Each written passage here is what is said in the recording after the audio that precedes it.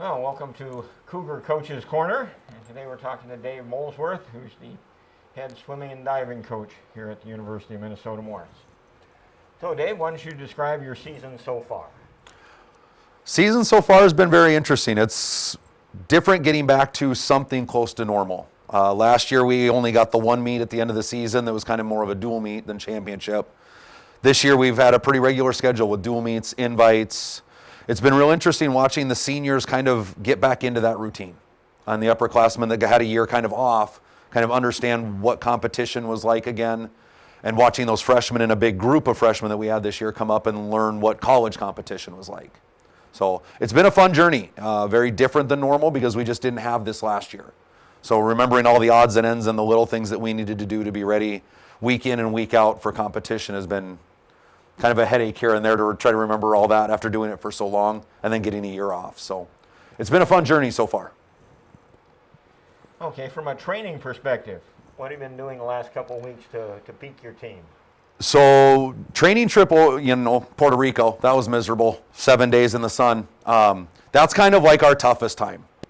We have no classes, so we do 2-a-days, 2 hours long every practice. They're kind of exhausted, so that's kind of the peak of our season. When we get back, we had a couple meets. We trained kind of hard through them. Now we kind of come into that taper time where it's all about rest. It's all about longer intervals, stuff like that where the body starts to recover and actually get some of that energy and the strength back in the muscle. So it's been a lot of shorter practices, and the girls are really liking that. Lots of energy. They get out of the pool, they're bouncing, they're giggly, they're having fun, and that's exactly what you want to see at this time getting ready for tomorrow. So why don't you describe this Liberal Arts Championship competition? So college championship for swimming and diving is a 3.5-day meet. We have the 800 free relays tomorrow, and then Thursday, Friday, and Saturday it's prelims, and then finals of each of those events. So you only have 3 or 4 events each day, but if you make the top 16, you swim it in the morning and at night.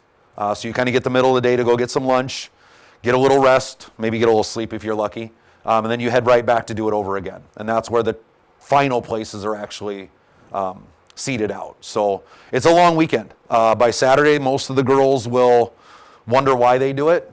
Other than the results, we hope those are good. But it's a long meet, and we train all season long to be ready for that. So it'll be interesting to see how they handle it after a year off. Yeah, that's the next question. Since you didn't have these championships last year, how's the team looking forward to it? What's the excitement like?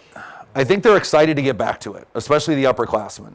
The freshmen, they just don't know what it's going to be about. And that was part of the reason we went to the big Augie invite earlier in the season, where it was all basically Division I and II teams. It was a prelims final set up for multiple days, kind of like the liberal arts is. And so that was a real good standing point for them to be like, we've done this. We're ready to go. We can compete this way day after day after day.